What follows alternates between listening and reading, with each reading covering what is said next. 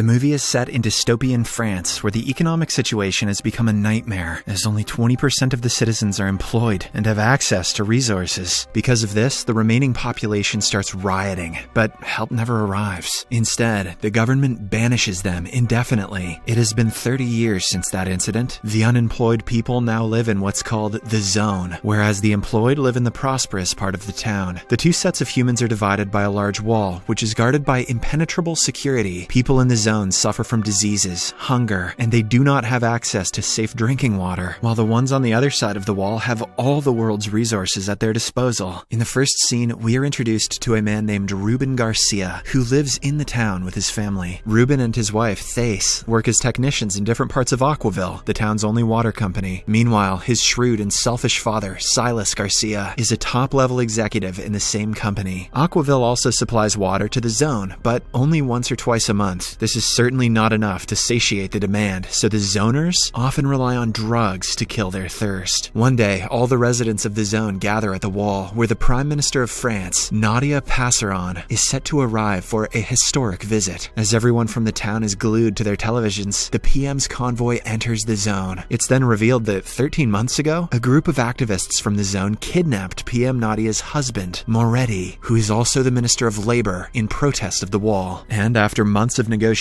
the two parties have finally reached a deal to free the minister. In her speech, PM Nadia claims that she hopes one day people of different social classes can live together in peace. She then announces that as the first step towards that goal, the activists will release Moretti, and in exchange, 10,000 unemployed zoners will be provided with jobs in the town under the Solidarity Job Program. The announcement stuns everyone inside and outside the wall. While the zoners are elated, the town residents are worried because they haven't interacted with the unemployed people for more than 30 years. Moreover, most people in town hold negative views about them because of hateful propaganda. Soon, Minister Moretti is released, and he returns home with his wife. It is then revealed that PM Nadia dislikes the zoners as much as the average town resident, and she only agreed to the deal because her husband's kidnapping caused an international stir. The World Bank also started threatening her government with sanctions if she continued to ignore the demands of the zoners. Meanwhile, at the wall, the zoners randomly selected for the program are called for an interview. Among them is a single mother, Izia, and her friend, Larkham. The interview is pretty intense, and people who are involved in drugs, trafficking, and gambling are swiftly rejected. At the same time, Izia's only child, Noah, is at a school where his class teacher, Robinson, is criticizing the current French system. He explains that one shouldn't have to work in order to exist with dignity in society. Noah opposes and says that work is liberating. He gives an example of his father, who won a lottery 13 years ago and used the prize money to move to South Europe, where he is happy living now. What does that have to do with work being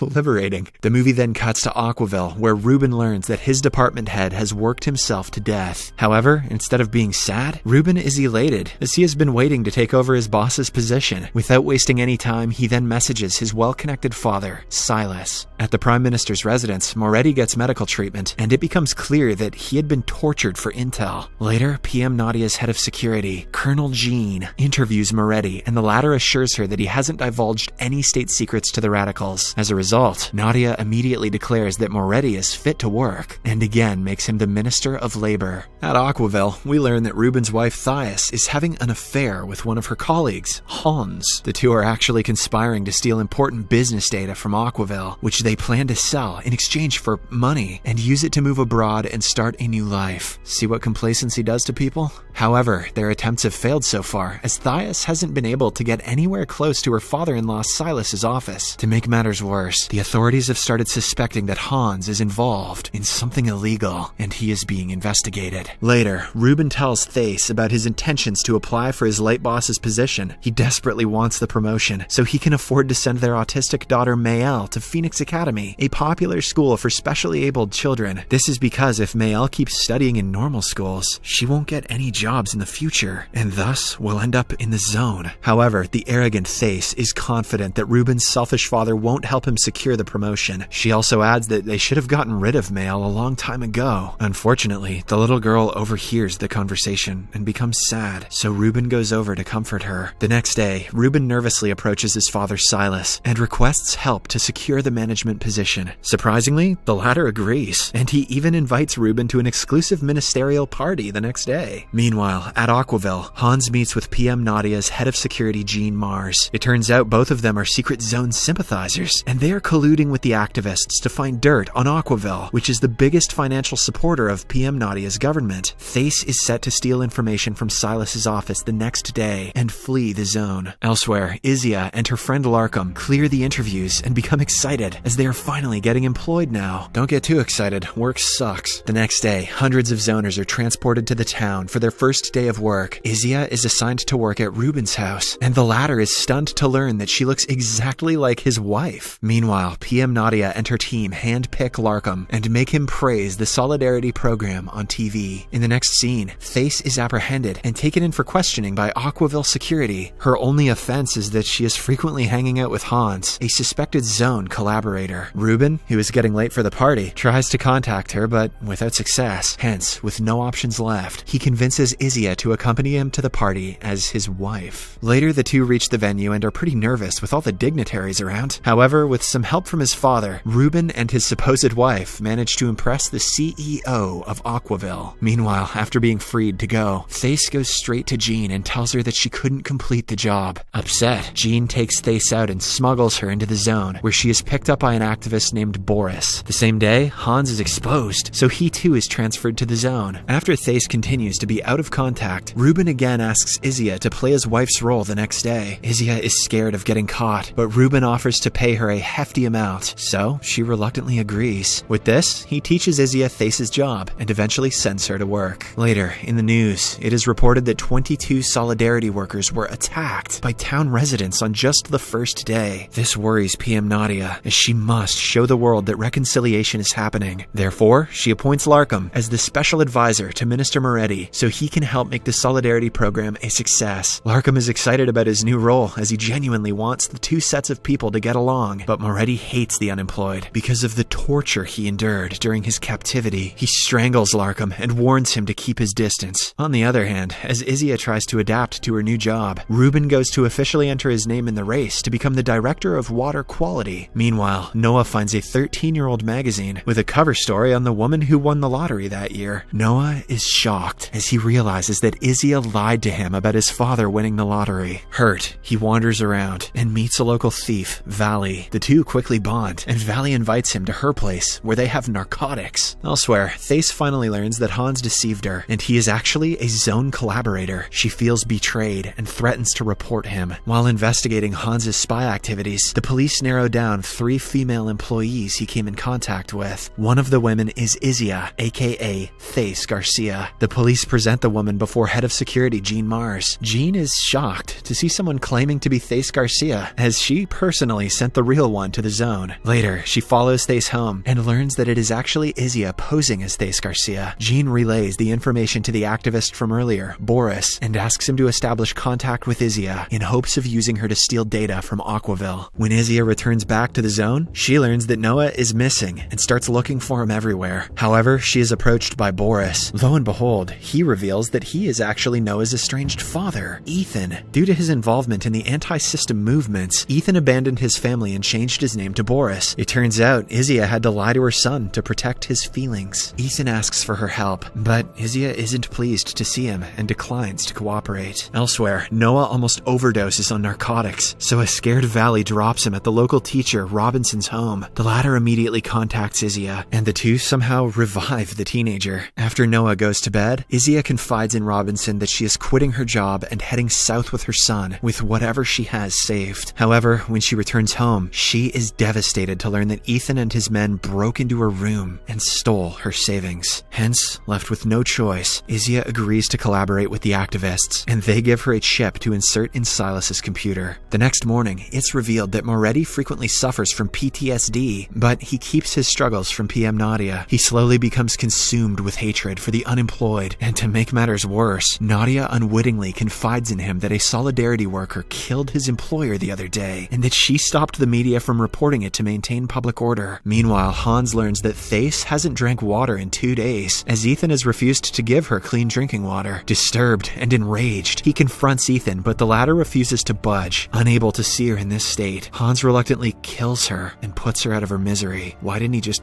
give her water. The same day, Ruben appears for a grueling interview, and as part of it, he is given the task of firing his former colleague. Meanwhile, Izia begins to get better at Thesa's job, and during the lunch break, she heads to Silas's office. But on her way there, she encounters the Aquaville CEO, Bartholome. The sadistic man cunningly invites her to his office, and then takes advantage of her in exchange for promoting Ruben. Later, a group of Solidarity workers run away from their homes and gather at a place to play football. This alarms the town residents as they are extreme workaholics who don't understand the concept of recreation. Afraid of another controversy, PM Nadia sends Larkham and Minister Moretti to speak with the workers. The latter runs away due to his PTSD, but fortunately, Larkham manages to send the workers back to their employers. On the other hand, Noah again hangs out with Valley, and the two sneak into the town via a secret tunnel. Unfortunately, they are soon spotted by the police, and Noah wanders deeper into the town while Valley runs back to the zone. Fearing for his life, Noah heads to Ruben's house, as his mother had once disclosed the directions to there. After work, Ruben and Izia also head back home, and the latter reveals how the CEO took advantage of her. Surprisingly, Ruben isn't fazed, as it is common in the town for wives to sacrifice their dignity for their husbands. This upsets Izia, and she accuses him of only caring about his promotion. When they reach home, they are stunned to find Noah inside. At this point, the town has also been put on high alert because of the infiltration. Izia is scared for her son's safety, so Ruben offers to drive him to the wall. On their way there, he apologizes to Izia for everything, and reveals that he desperately wants the promotion so that he can afford to send his daughter to Phoenix Academy. Shortly after, when the mother-son duo return home, Noah accuses Izia of selling out at work. Puzzled and enraged, she slaps his ass and demands to know why he's been acting out lately. Noah finally confronts her about the lie, and she explains everything about how Ethan abandoned them because of his activism.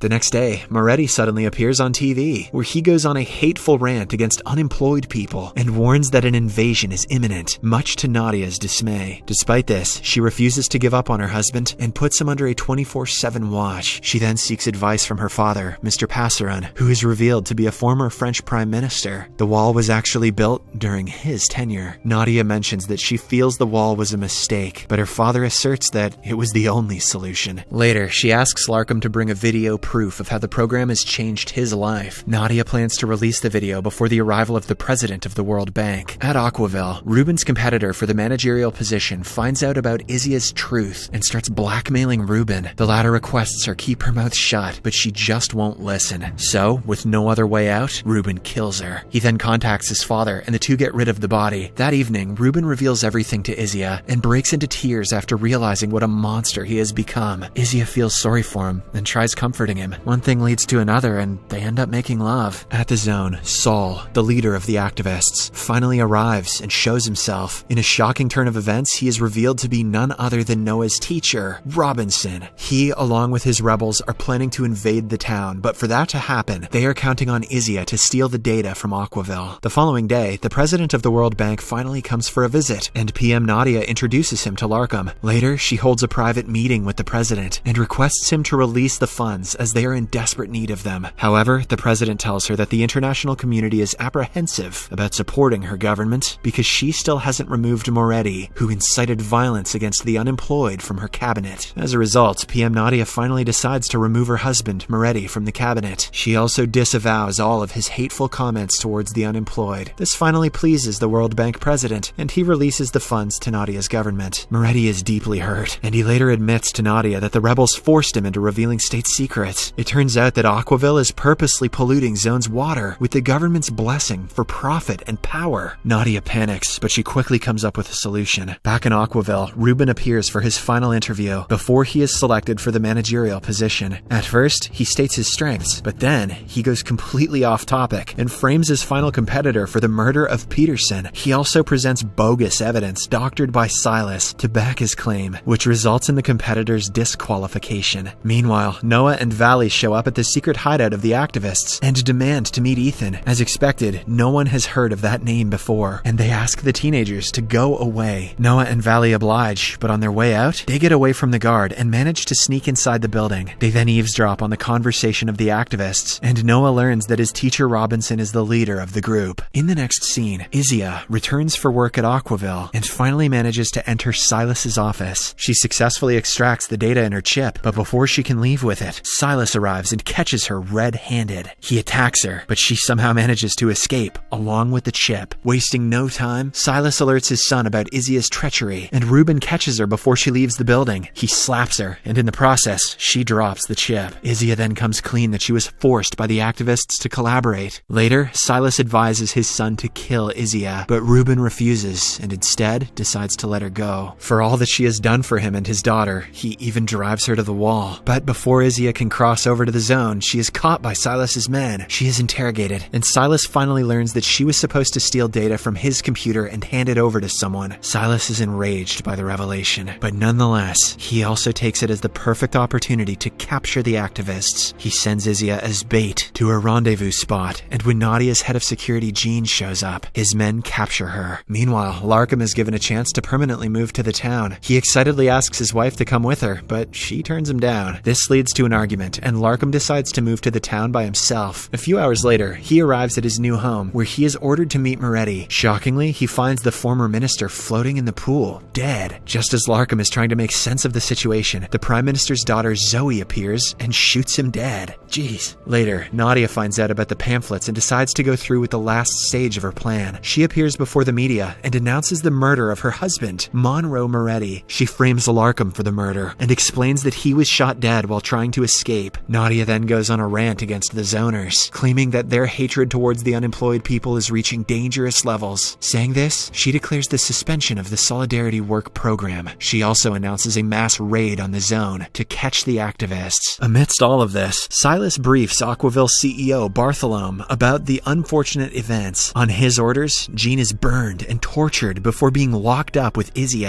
Silas and Bartholomew then meet Nadia and reveal that her head of security, Jean Mars, is actually working for the rebels. Later, grateful to Silas for stopping a major scandal, Bartholomew gives his son Ruben the promotion and also gets little Mael an admission into the Phoenix Academy. Meanwhile, Saul and the rebels learn that Izzy and Jean have been caught. Worried for their safety, Hans insists on rescuing the two, but Saul refuses, saying he can't destroy the activist network by trying to rescue them. Noah and Valley overhear the conversation, and they are appalled to learn that the rebels are just as bad as the people they are opposing. Noah then vows to rescue his mother. In the next scene, Silas informs Ruben about his promotion, and the latter excitedly goes to Aquaville to accept his new position. However, there, he finds the chip that Izzy had dropped earlier. He plays the chip and is taken aback to see the overwhelming proof of Aquaville poisoning the drinking water for profit and control. Appalled, Ruben decides to anonymously upload the information online and defect from the town for good. He then picks up his daughter and rushes to the wall to find Izzy. The bombshell revelation spreads like wildfire, and Saul and the activists rejoice. On the other hand, Silas orders his IT team to trace the person who leaked the information. PM Nadia also panics and immediately comes before the media. She calls the whole leak a smear campaign and warns that strict actions will be taken against those responsible for it. Elsewhere, Ruben and Mael cross over the zone through the secret passage, where they encounter Noah and Valley preparing to enter the town. The two parties have a quick chat, and when Ruben learns that Izzy has been arrested, he asks Noah to take care of Mael while he goes to rescue Izzy. A while later, the rebels finally launch an invasion from multiple fronts, and Nadia's defense measures are easily overwhelmed. This is because many town residents have started opposing her, and many have already left their jobs. Hans and the others also enter the town to finish the mission. However, Ethan parts ways with them, and he goes to look for Izzy. Ruben also shows up at Aquaville looking for Izzy, and Silas realizes that his own son is behind the leak. When the two meet, an enraged Ruben holds his dad hostage and threatens him to reveal Izzy's location. Unfortunately, at the same time, the police discover that he is behind the data leak and arrest him. Ruben is then locked up along with Izzy.